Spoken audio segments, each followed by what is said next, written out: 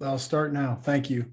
Hello, everyone. To reiterate, we're here to speak about overcoming some of the challenge with existing authentication using decentralized solutions. I noticed Carl Kanice is here from the ID Ramp team. Since he was so nice to stay up late for this presentation, I'm going to invite him to provide any commentary as you'd like as I go through this, Carl. So thanks very much for being here, and we're excited to get started. So let's first take a look at the agenda and what we are going to cover today. We're going to talk about the adoption of decentralization market challenges. So some of the things that we see in working with engagements and customers. We're going to discuss a little bit some of the things that we're, not only what we're seeing, but hopefully provide some ideas about how we can transform and adjust some of that. We're going to talk about the technical and business obstacles that exist.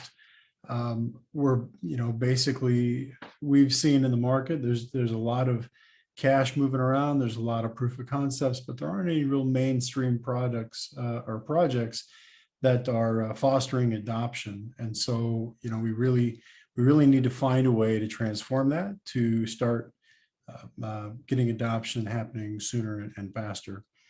Next, we'll talk a little bit about how to overcome the rip and replace mentality within enterprise IT organizations. This is a very real problem. They're being hit continually with new solutions. Every organization is either in the middle of an identity solution project, planning for an identity solution project, or trying to figure out how to unwind their previous identity integration project.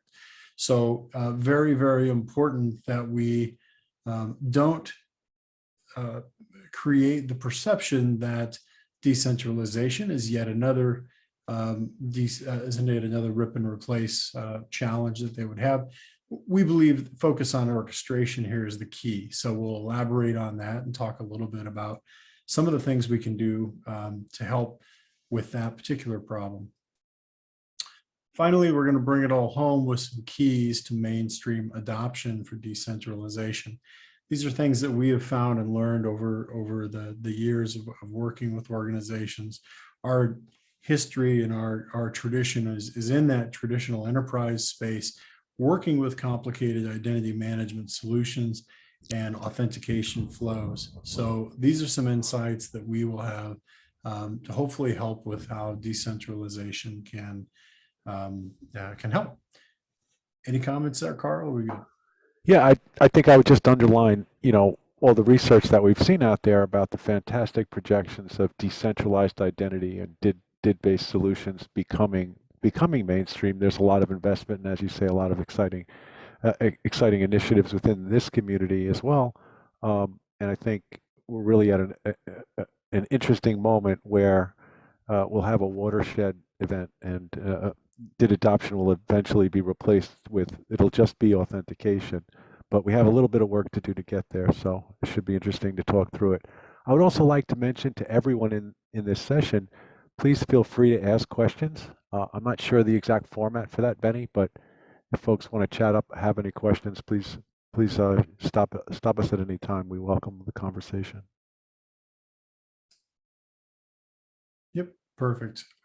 Great comments. Thank you. And I'm just changing my chat here so that we can see questions as they pop up. So I can cover that, I think. All right, great. Thank you. That would help a lot. All right, so let's dive right into market challenges. All right, so the first thing we're going to discuss here is the perception that decentralization is a solution for social problems, as opposed to frontline pain relief for business problems today. And that is, I think, a lot of that is coming from us as a community as we continue to evolve and develop the technical solution, trying to promote the business initiatives that are in the business values that we can achieve from that. So that's something that we really need to work on as a community. We see that as a key market challenge right now. Self-sovereign identity is often perceived as ideology, as ideological at its core. So trying to replace that common ideological view with some real world business strategy solutions is really difficult. And that's something that we all need to work on together in the community to make sure that we do that. We at IDREP see that as core for any kind of evolution and development. We'll talk a lot about integration and how to, how to pave that road in the next few slides here. So that's a key problem that we see right now. Another big one that we run into all the time is that the enterprise often sees decentralization as a loss of control. Their entire service delivery ecosystem, everything from an employee onboarding to authentication flow into other various business processes, has been built around the concept that they have control, that they know who these people are, and they can control the delivery of those experiences. So when they start hearing about decentralization, the natural assumption is we're giving up that control.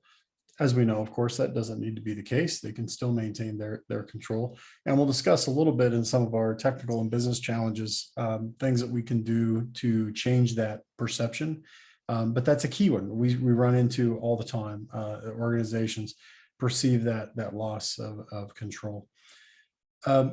Another one is some of the misunderstandings that are inherited from crypto and the crypto technology. We hear that all the time as well. The crypto, it creates confusion, right? Do the same risks apply? Am I going to lose all my identity data?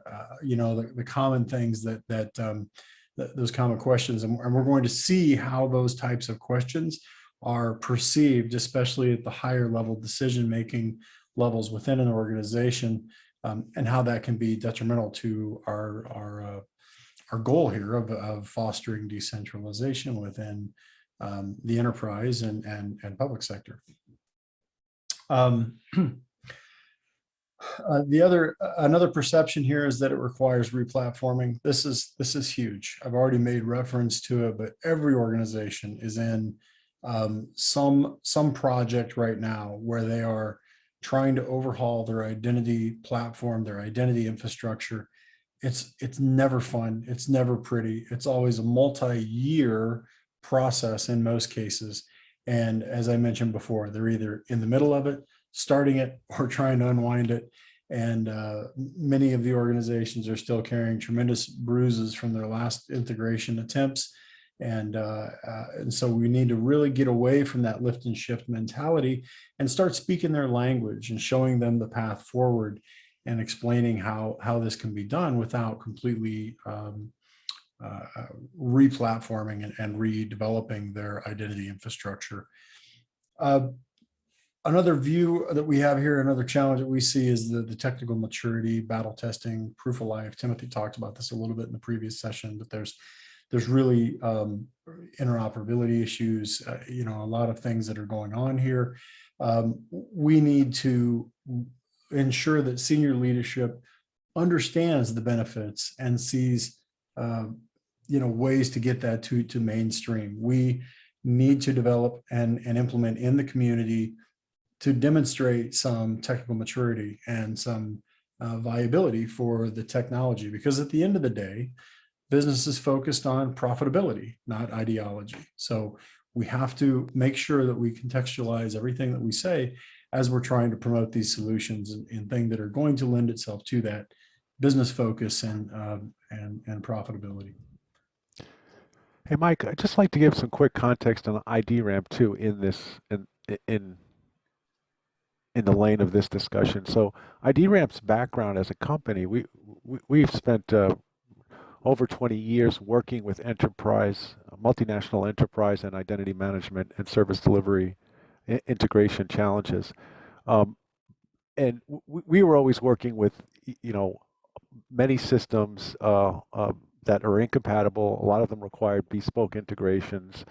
And as Mike was explaining, that they're always in this eternal journey of replatforming their identity tools with really questionable degrees of success. And we found all these patterns of data replication and all the really bad practices of reproducing data, not tending to personal data protection, etc. And that was our kind of our lead into decentralization as a concept. We were focusing on decentralized data models even in advance of ledger-based or DID-based technologies, and that's how we got into this market. So most of the people we talk to are C-levels in an enterprise, chief technology officers, CEOs, and trying to help them understand how to embrace DID technology. And particularly, we work at that level as much as possible because it's actually much more difficult to get support for adopting a new technology at a middle level of an organization. So getting this messaging right and really showing the virtue and demystifying some of the confusion is both a challenge and again a really exciting part of what we get to do and the conversations we have. So that's really our point of reference for the market experience. Yeah, and that's why this messaging is so critical, right? Because it's the messaging that we in the community come out with is really geared toward those professionals, the identity professionals in the middle tier of management, right? It's not the messaging that we come out with isn't really tiered for the C-level, and that's a problem. So changing that community-wide is a big challenge that we have, and we'll discuss that as we get into some of the businesses and technical challenges. We hit that a couple more times in here. So yeah, great comments, Carl. Sliding on to the technical business obstacles, let's tackle business first and talk about some of the challenges here that we see that exist and why we're not seeing increased adoption or quicker adoption with decentralized solutions. First is a confidence issue. And that kind of goes back to what we were talking about before. We need more data, more experience to establish that trust and show that decentralization can really support the bottom line effort. And this is going back to, business 101. Let's show them how to save money, and the solutions will be easier for them to adopt and include in their future business plans. If we start with this new technology message and all we're doing is adding costs, it makes it very, very, very difficult to add any kind of solution to their portfolio. They're just way too busy to deal with new technology that's going to cost them not only an investment in new technology and infrastructure, but an investment in education and resources and staffing. So a second business factor that we see is education. Of course, we mentioned this a little bit too. Decision makers have no idea. They're either not informed or misinformed on what we're actually suggesting here, right? They'll have somebody say, "Oh, well, that's like crypto and all our stuff's going to get stolen," and those are the perceptions that kind of work their way to the top. So we need to do a better job, again, community-wide, of putting that message out and making sure that we are telling the right business story, not technical story. This has to be the business journey that we take people on right now for adoption. Plenty of room for the technology. Of course, we believe and support the technology 100%. We want to see the adoption come more quickly. I agree with some of Timothy's comments. We're seeing it come faster now, which is incredibly exciting to those of us who really have invested in this as a core part of the makeup of our organization. It's incredibly exciting to see the concept starting to gain speed and adoption. We want to make sure we're telling the right message and promoting the right story so that every organization in the world understands the path. Here's how I get there, right? We want to make sure we put that in the right context. That leads right into the evangelism's comment here, right? We need all of our really strong voices in the community to lean into the business side as opposed to just the ideology or the politics or the technology itself. So that's something that we struggle with as well. We need to make sure that we have solutions that solve real world business pains as opposed to always kicking the can down the road and saying the next great thing and the next great thing. We need to provide a solution and say, here it is. Pick a small vertical pain point that we can solve today and solve it. We'll worry about tomorrow's technologies tomorrow. Let's solve what we can solve today with the tools that we have. Understanding this technology is going to continue to evolve. There's always going to be something better and faster. What we need to do is build the dependency and build that infrastructure on the basic model of issue, hold, verify. And that's it, right? And we'll try to win that battle, and then we'll move on as the technology evolves. We need to preach that message. Use it today. Don't wait for the next thing. Use what you can today. Probably one of the biggest problems we have is creating the demand, right? We don't have consumers asking for it. Consumers, they're aware of the risks of certain, interactions they have with digital identity, with social sites. They're aware of them. The reality is they care. They just don't care enough to curb their behavior and change things. So we need to create something. We need to create a way that we can pull consumers in and say, hey, you care. This is easy enough for you to use, that it doesn't require a big investment, and you don't have to sacrifice the things that you're doing today. That's a really tough challenge, and it's going to be a longer journey. But we are on the edge, right? There's something that's going to happen that's going to drive that viral consumer behavior for adoption, and that's what we need. We really need that right now. That's a huge business obstacle that we have currently, is trying to generate that demand. Users don't care if they have to use passwords because they've got it written down, or they have to, so there's some challenges there that we have to hopefully change with time and some solutions, as I mentioned, putting real world solutions on the street. Anything to add there, Carl? I'll show you on Yeah, the I next. think it's also worth noting some of the great potential from our open source communities in these areas. In the area of confidence, we have Trust over IP working hard to incubate, a trust architecture, if you will. Right. That's a great point of departure, but we use that to translate that to help businesses understand that this is something that relates to their existing architectures, their existing models, and can be bolted in there. Also, the diff organization, all the great materials coming out of there, we often have to filter them down to a C level to help inspire confidence and a right direction of education. But really do encourage the community to take some time and get to know the Trust over IP and diff communities and the great work that they publish, because it in its raw form it's pretty, sometimes it's pretty, meaning it's complicated, but you have a lot of great material in there that can be repurposed to help bring did solutions to an enterprise that may not be familiar, may not be acquainted. I also think it's worth noting that on the evangelism point and the sociological dimensions of SSI and the political dimensions, they're important. We agree, but in about, I'd say, easily 50% of our conversations with somebody who's interested in did or decentralized identity, we have to get those topics out of the way to get to the business pain points at hand. And so I think the community discussions in those areas should continue to flourish. But what we need is a stronger parallel thread on the business value. Did solutions need to be synonymous with zero trust, for example? It needs to be that simple, and it's not yet.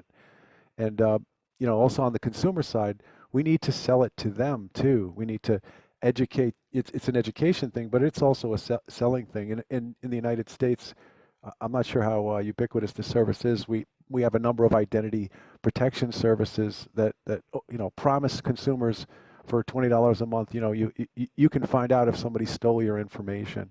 So consumers, and those are successful services commercially. So consumers want better trust, and they're willing to pay for it.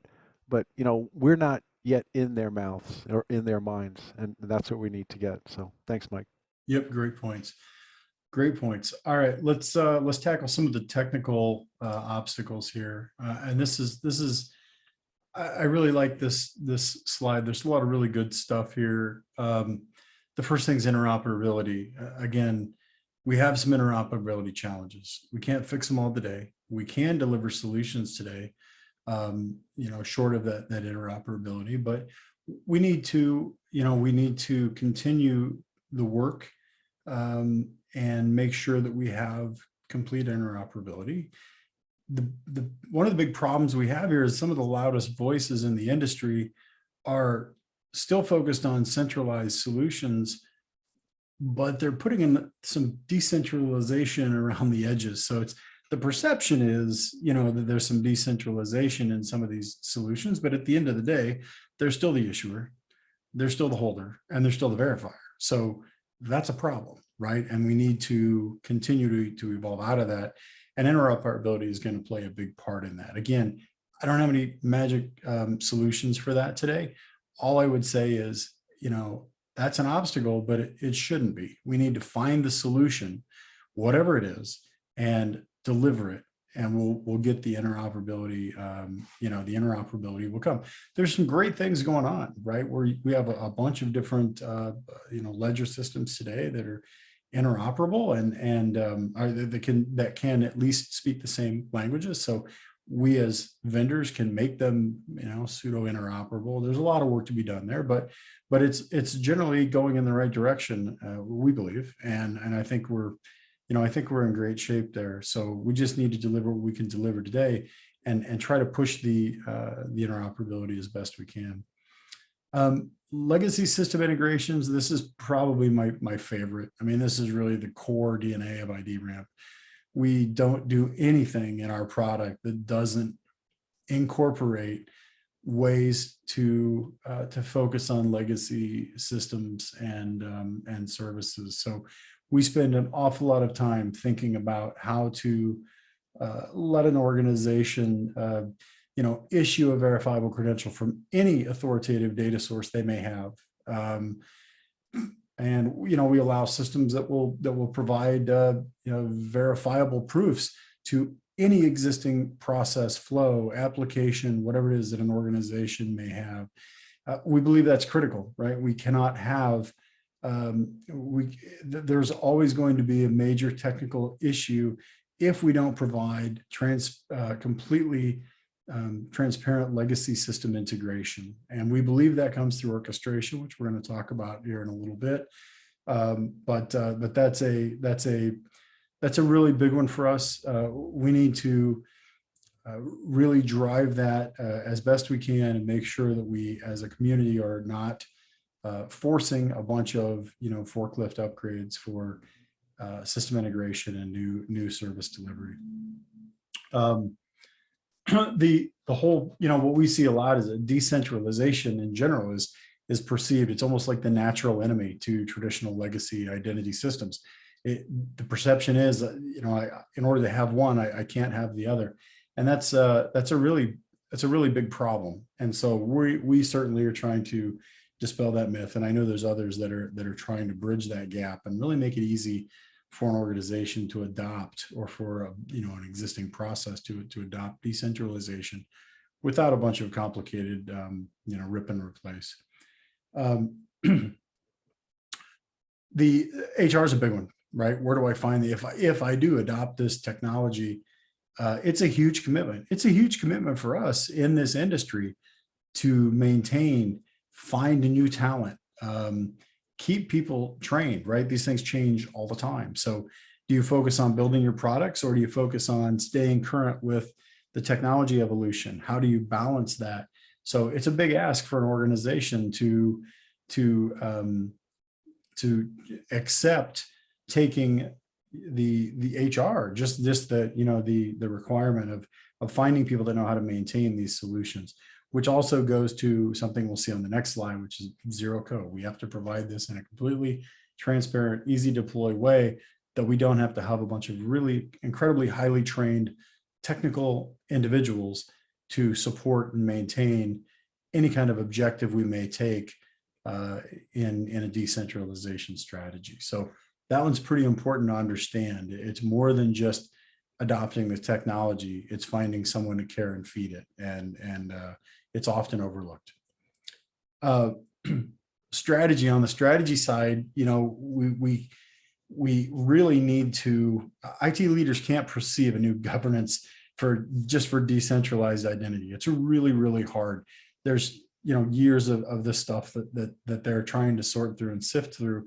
We need to find a way to retrofit their existing governance strategy to somehow include the decentralization and make it easy adoption. That one's very concerning, because we talk a lot about governance, and we talk a lot about those types of things, but put yourself in the mind of the organization and you see all this coming at you. It looks like a very, very, very heavy lift. And so trying to bridge that gap, just like we would on the technical side, bridging that gap on the governance side is equally as important. Carl, you probably have some thoughts on that one. I know you spend a lot of time thinking about it. Yeah, I mean, just in my experience, most enterprises have very rigorous governance models and architectures that they are heavily invested in. And as you say, unless you have a really great opportunity, like we've seen in some of the verifiable credential use cases out there, where it's a green field, you really have to focus on helping the audience understand how you're going to make their life better. You need to show them how their legacy systems can become more powerful, more portable, more secure.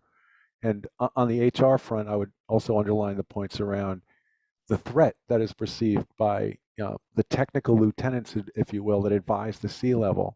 Often when you're trying to penetrate enterprise identity management sales cycle or market, you will find it's those technical lieutenants who advise the C-level on what's right, what's wrong, turn left, turn right. And their skills are already rare in the market. So when those teams feel threatened by the technology because they don't own it today, they're not masters of it today, they start to advocate against the adoption of the technology. So in terms of the education and the positioning, you really have to understand how to help those technology participants in the adoption cycle see where they fit in a non-threatening manner, and then help them marry the art of the possible, the value of the possible, if you will, to their C-level decision makers. And that's what's, for me, has been a little bit curious about this journey. The technical experts of traditional identity systems are not generally going to have as much say as they did in the centralized systems, or they're going to slow down the sales cycle if you don't get that messaging right. So, Yeah, caring and feeding on both sides of that discussion is critical. yeah, it's a great point, because I mean, those guys are anything, that's what pays the bills, right? That's their taking care of that centralized system that they built. Even though they hate it, they love to hate it, right? It's the core of what they know. And so decentralization poses the perception of a threat to that, and dispelling that is often a difficult thing to do. I will say, once they see it, once they see the capabilities and the possibilities, they can become the biggest advocates. But that's a long walk. It takes a lot of time to build that trust and build that relationship to get it to the point where they understand the opportunities, not just the perceived threats and risks. So yeah, great points. All right, let's take a look at how we overcome this rip and replace mentality that we run into all too often. So plug and play integrations is an absolute requirement. We just simply can't. This is our belief. Like I said, this is the ID ramp wheelhouse, so you're in it now. Everything we do, absolutely everything we do, we consider how is an enterprise going to adopt this into what they're already using without ever seeing a forklift, right? We don't want to ever give the perception that this is a heavy lift. So, back to what I said, if they have a source of authority for identity, I don't care if it's an Excel spreadsheet or Active Directory or what it is.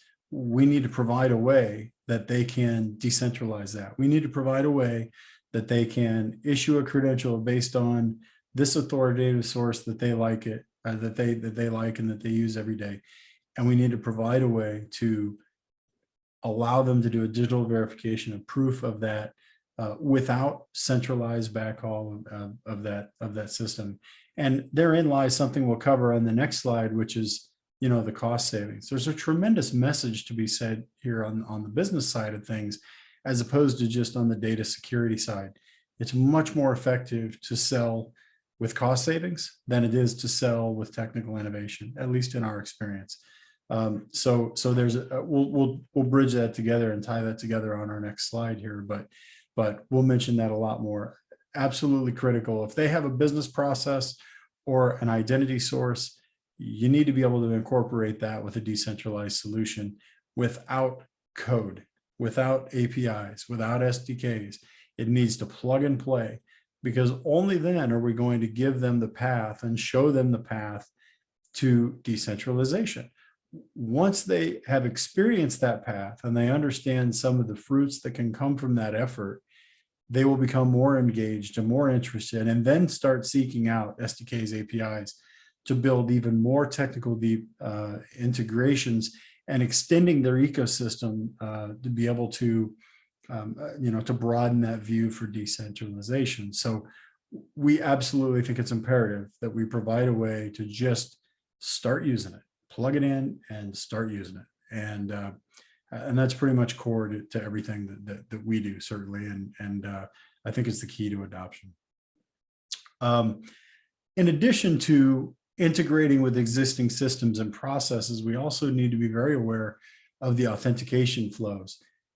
Organizations, whether they're public sector or enterprise or an elementary school, right? I mean, these are very, very dynamic institutions, and they have different business processes that require different authentication flows and different authentication types.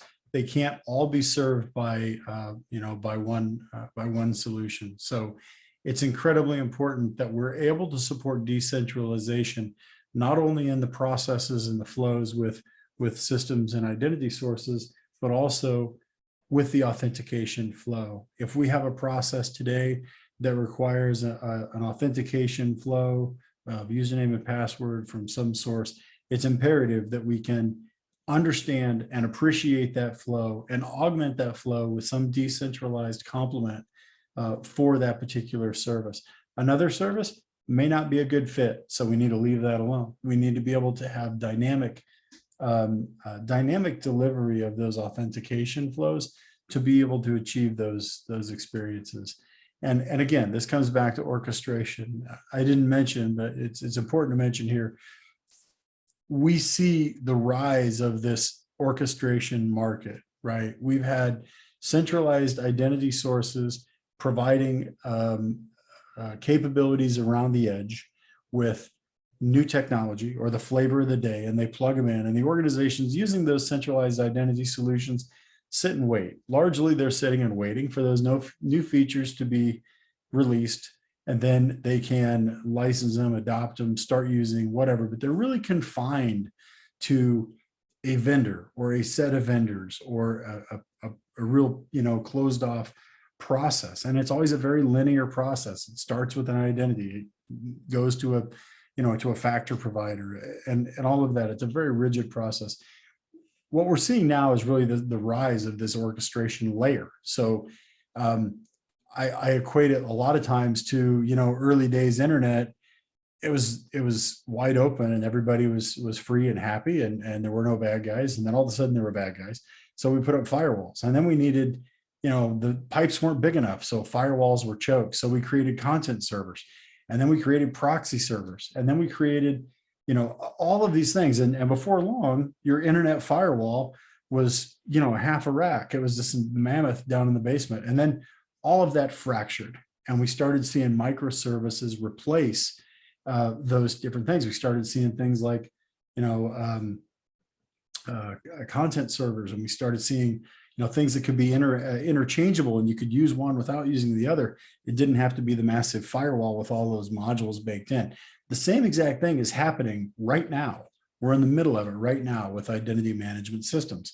Those identity management systems are going to implode under their own weight, and we're going to see the rise of these orchestration engines that can take identity source, any identity source, whether it's coming from the enterprise, something that they issue, something that they own, or if it's coming from somewhere else, if it's a publicly issued identity attribute, or a set of metadata from my state driver's license, or my passport, being able to use those in our verification flows, along with, in harmony with those things that we see important to us, is critical. And that's what we believe the decentralized orchestration layer that is coming is going to serve. So it's a key time right now. I think we're seeing that transition happen this very minute. I mean, right now we're seeing those things happen. We're seeing all the major players scramble to make investments and acquisitions of organizations that can give them a better decentralized message, that can give them a better orchestration layer message. So really exciting time for that. Another thing that we mentioned, the chained trust ecosystems, critically important as well. Organizations have partnerships, relationships with vendors, with suppliers, with distributors.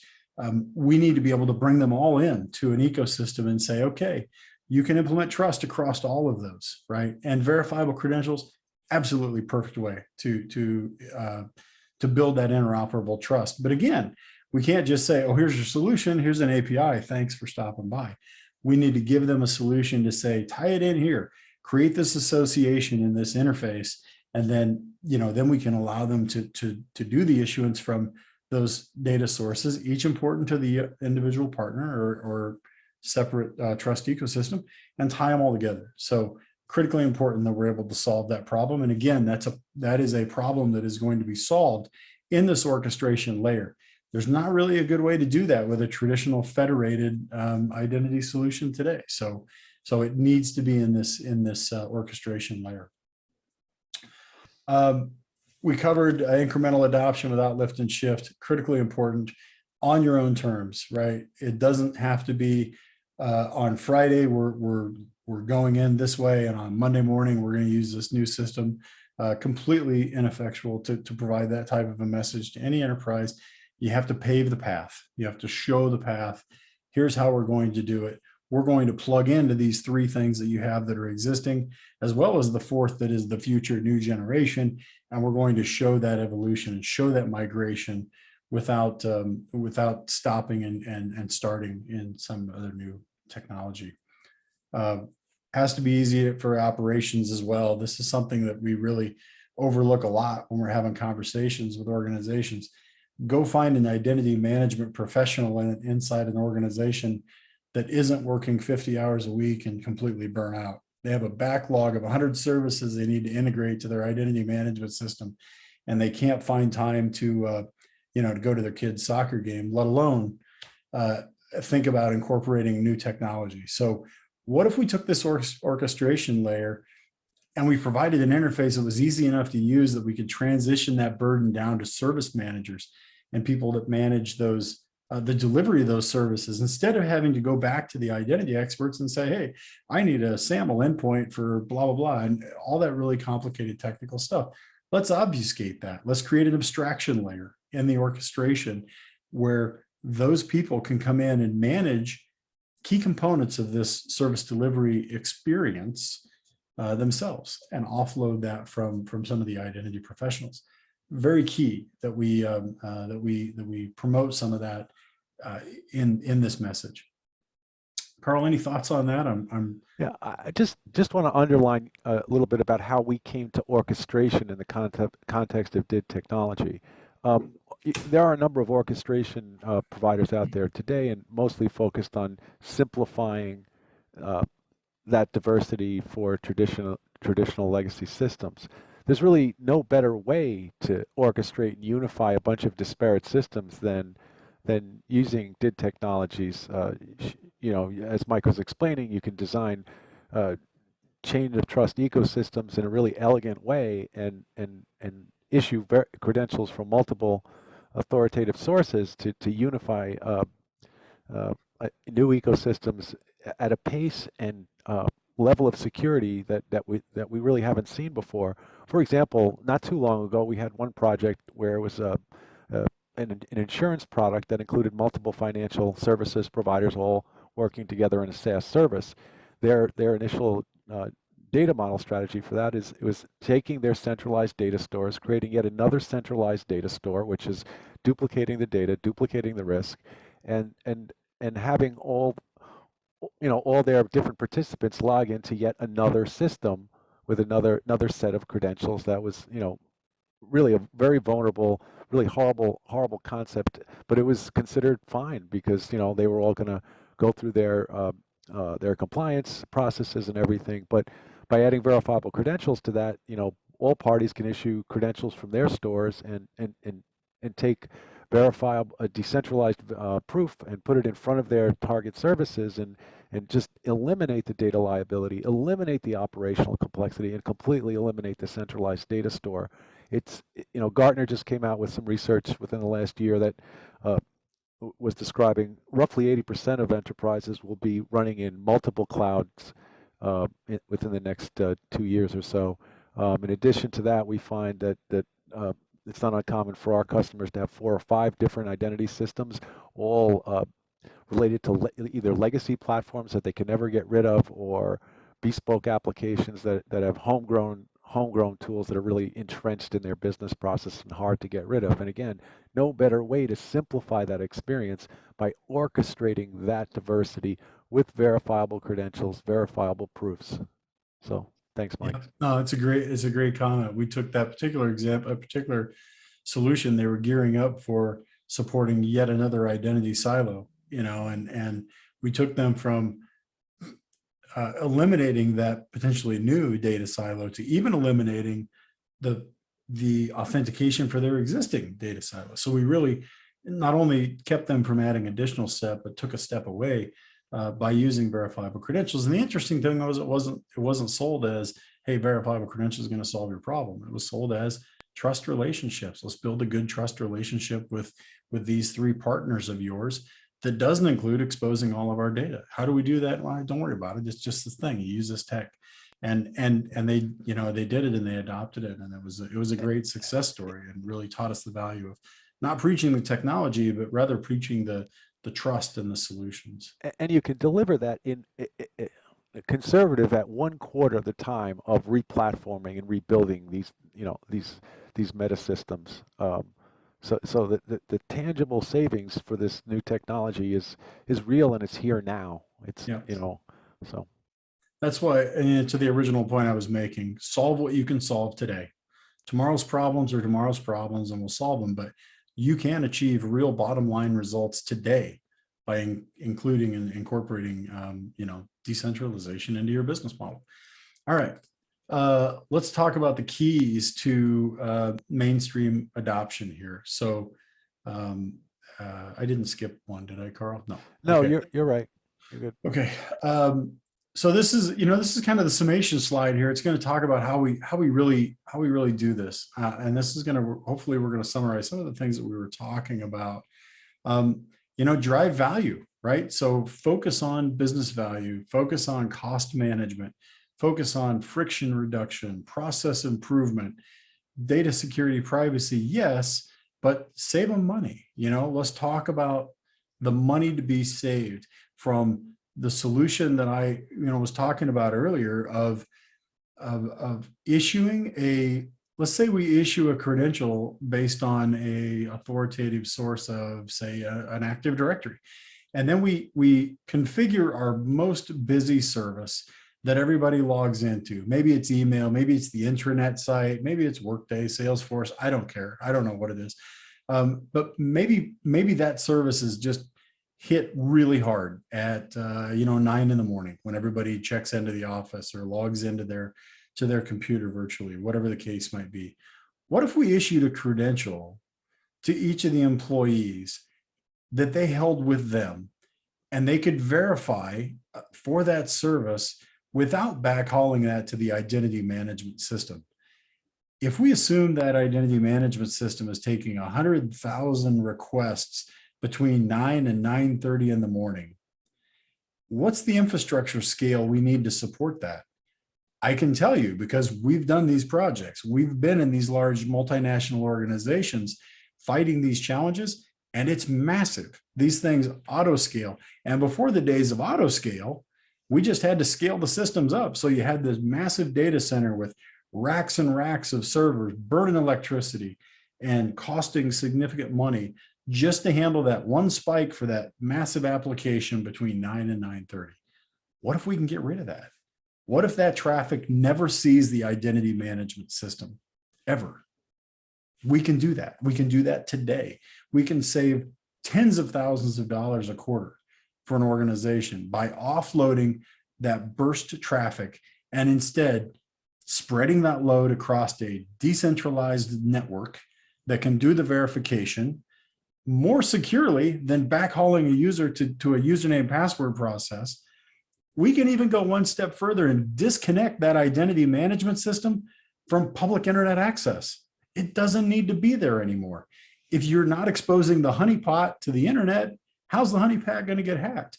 Internally, sure, that's a threat, but not near as big a threat as an external data source sitting out there.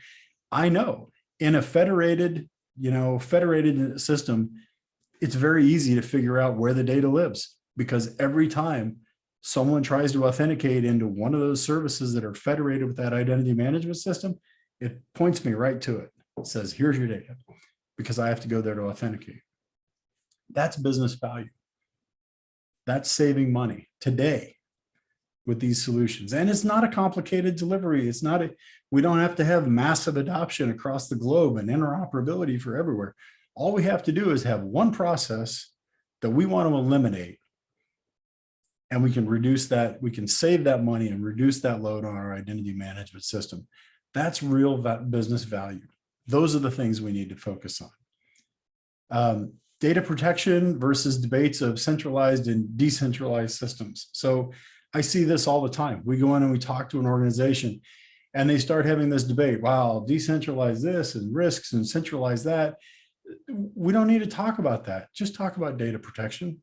That's all we need to focus on. Hey, this is about data protection. It makes no difference if it's centralized or decentralized. Here's the model. Here's how we're doing it. Here's another model that involves this centralized database. You evaluate it. Which one is more secure? Have your data architects and security architects come back and tell you whether one pot of data is more at risk than 10,000. And every organization uses this technology today. Every organization of any size uses PKI to secure their systems in some way. And the largest multinational organizations issue laptops with certificates, right, on the laptop. So they have identities out to their laptops. What they can't do is introduce the human element. That's what we can do. That's what this technology has the ability to achieve. We can take the PKI that lives on the proprietary laptop that I'm issued from an employer, and we can put that on you, your human, in your hands to hold.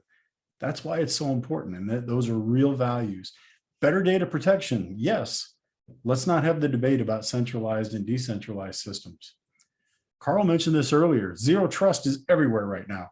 Do you think a C-level in an organization, if you go talk to a CTO and you start talking about bids and zero knowledge proofs and ledgers and blockchains and oh my, do you think they're going to give you 5 minutes of time? No, they have no clue what that stuff is. They don't care, nor should they. What they care about is everything they hear in the market. Oh, zero trust. You need to do whatever you can to get to zero trust really, really fast. It's in their face 24 hours a day. So focus on that. Let's get the tech out of the conversation. You want better zero trust? Great. Here's what it means. Password elimination, step one. Do you have that? If not, let's get rid of your passwords.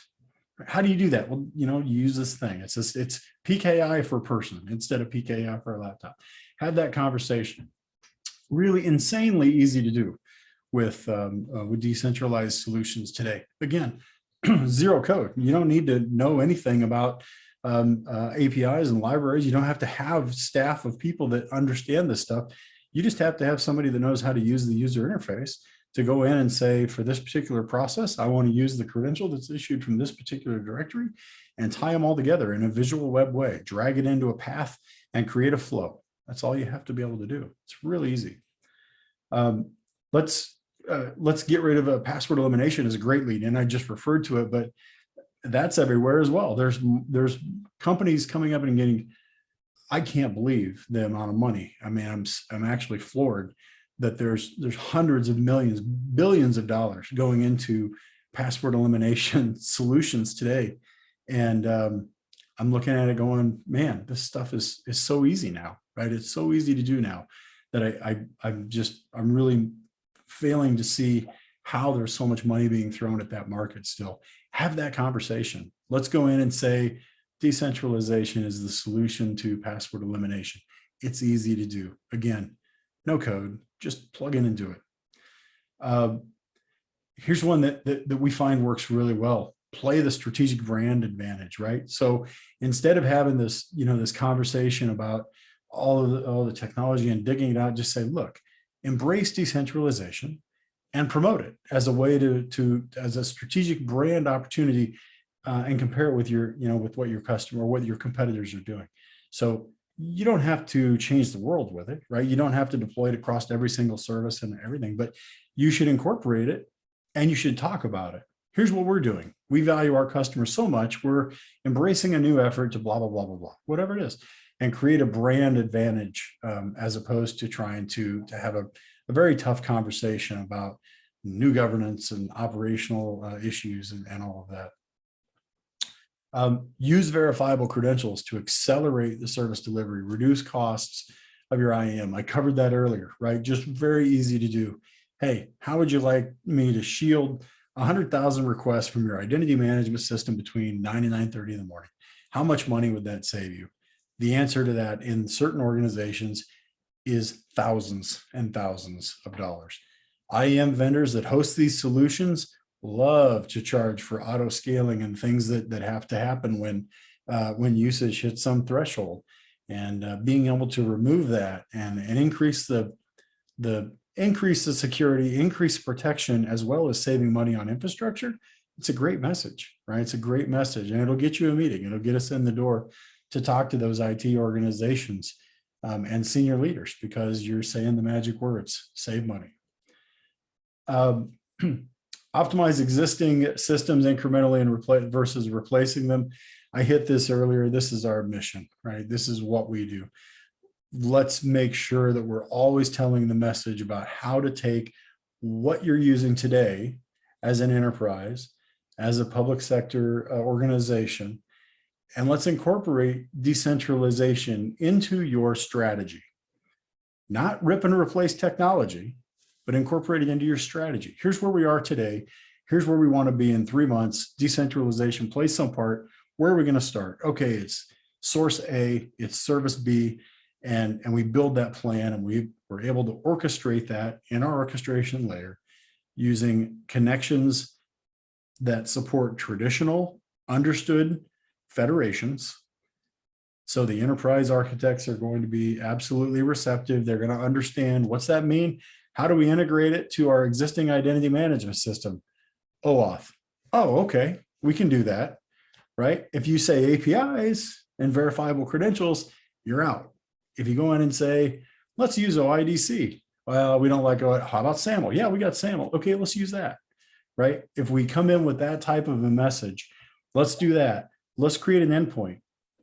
Once we create that endpoint, the orchestration layer can incrementally allow you to evolve your service delivery message if that's what's important to you. It can allow you to augment your new hire virtual onboarding experience, right? What's that mean? Well, we need to derive an identity somehow. We need to issue that derived identity credential. You need to bring that credential back to our HR onboarding process. And when we're done with that, we need to output a JSON object that we can manually feed into Workday, whatever it is. Let's provide a way to do that in a way that is not, that doesn't require the enterprise to understand the technology and invest in the people and the resources and learning that goes into that. Those of us that are in this community understand it is not easy. And that's, I think, why we love it so much, because it's always changing. It's always pressing us. The smartest people I've ever worked with in my long professional career, I've met on this journey. They're the people that are solving these problems, that are evolving this technology. We're trying to take it and abstract it and say, hey, everyone can use it, right? It's like the cartoon, everyone could cook. You don't have to be an expert in this. Just come in and get started, because the people that are going to change the world with this technology are not going to be the ones building it. It's going to be the ones that have the market that can embrace it and use it. So that's my presentation. That's all I have. Carl, if you have any final thoughts, feel free, and then I'll take some QA and here, I'll put up a contact slide if you need to get a hold of us.